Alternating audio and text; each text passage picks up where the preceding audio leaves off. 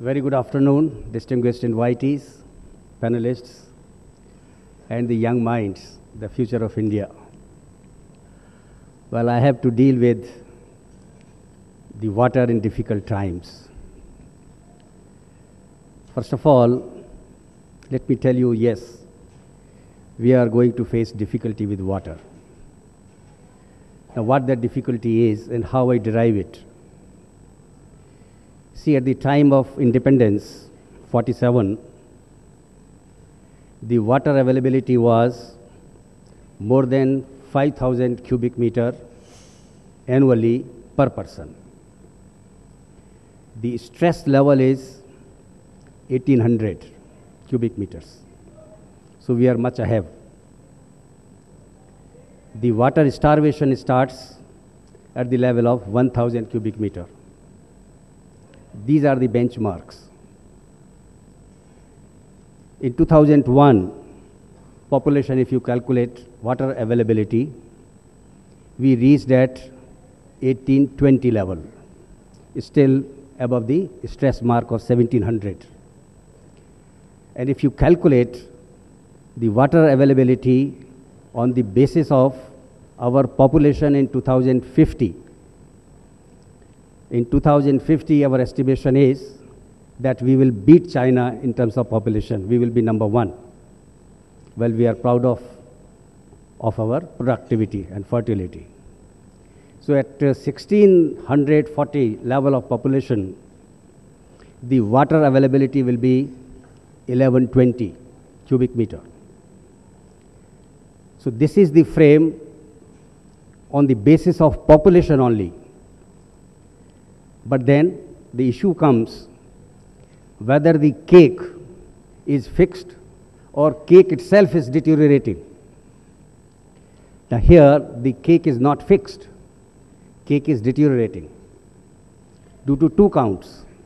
One, because of the natural pollution. Well, you are very well aware of the arsenic menace in West Bengal. In Rajasthan, the fluoride menace you are very well aware of. In northeastern zone of the country, the iron excess in water is creating problem. I was in West Bengal in one of the villages, and I asked the question, what is the color of the boiled basmati rice? The answer was brown. They have not seen the basmati rice in the white color. Why? Because iron excess is there. So this is because of the pollution of the water naturally. Now the concern is this, that this natural contamination is not limiting to West Bengal or to Rajasthan or to northeastern part. It is seeping in the other states of the country. This is one concern. Second is pollution of the ponds, pollution of the rivers because of the industrialization.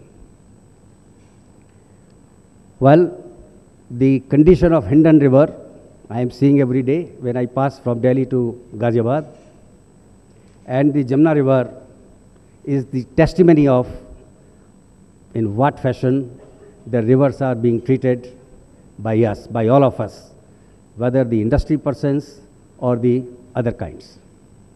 So this is another kind of question, and in this direction I would request you to look at the order of Supreme Court 26th March 2009, where they have lamented upon how we are treating our water bodies. So this is another point. The second element why this cake is deteriorating is because of the climate change. The chairman mentioned about the climate change, global warming. Now, because of this global warming, what will be the natural effect? The water will evaporate much faster rate. The transpiration will be much higher, and that's how this cake, which is fixed, will be eroded. This is on the problem side. And the effect of it, if I present, if you look at the Bangalore city, In 1896, Bangalore city was using the water of the Bangalore city itself. After 40 years, in 1936, they went 25 kilometers away, the water source. And today, the water source is lying 95 kilometers away from the Bangalore city. The same is true with Chennai. Currently, the water source is lying 235 kilometers away from Chennai. Now, if what happens to Ghaziabad? Ghaziabad situation is not very rosy. We are also in the same frame. But mind it, if you go through, I think Delhi will not be able to give you water in any case. So we have to be cautious. Now, what is on the solution side? My time is limited, so I have to restrict myself only on these particular figures. What is on the solution side? Well, the first solution in my own opinion is that we should catch water where it falls. God is very kind to us.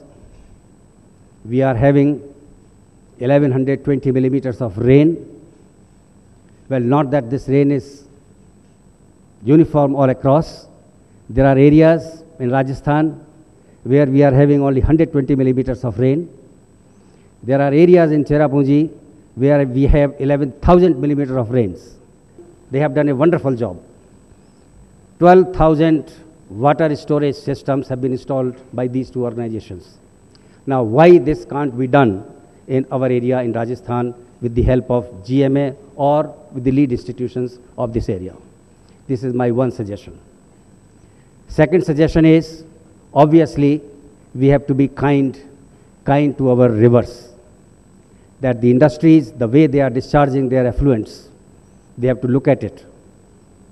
How the zero discharge can be done. And it is possible. The current level of technologies are making it possible. I have, on 2-3 days back, visited a district in Tamil Nadu, Tirupur. Well, water system of India, they have placed a system there where A to Z has been taken care of the water, the source and the discharge. So zero discharge is the solution from the industry's point of view. The third element, third part is the use of the technologies. If you look at the major consumption of our water, that is in the agriculture sector, 60 to 70%. We have to educate our farmers that they must make use of the best technology available for water conservation. And the last part of it is the awareness among the common masses. It is very important, I tell you, the way we are treating the water at source. Well, when I told my son that the water you are using from the shower, you are wasting so much of water unnecessarily. When you are doing your shaving, you see, I think most of us, not all of us, they keep the tap open, they go ahead with their business, toothpaste, etc., etc. Well, this is only a few examples.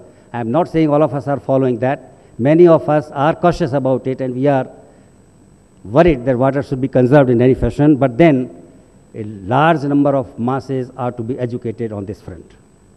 Well, I will leave it this point in time. Time is limited, 8 to 10 minutes. Thank you very much for the patient hearing.